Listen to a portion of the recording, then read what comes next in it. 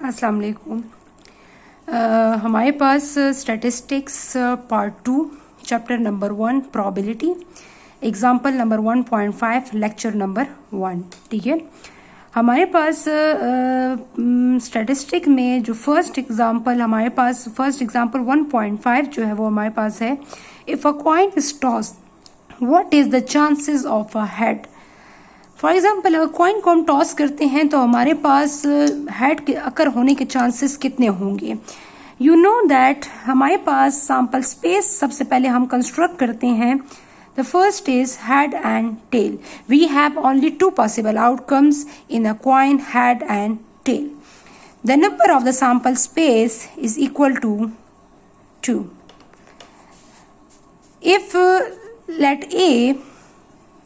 let A represent the head occur.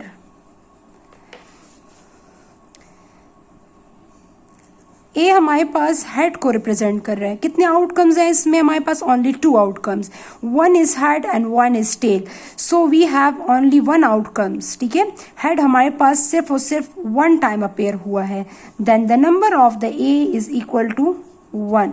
So find the probability of A. The probability of A is equal to the number of event A divided by the number of the sample space is equal to 1 by 2. 1 by 2 is equal to 0.5. This is the probability of the head occur. हमारे पास head के occur होने के chances कितने हैं? 0.5. 0.5 means 50% chances. 50% chances है कि head occur हो and 50% chances है हमारे पास tail occur हो।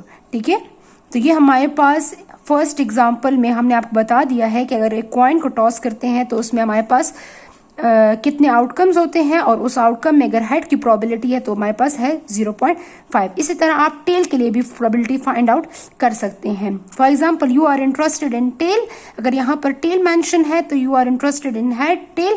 Said let A represent the tail occur, so probability of A is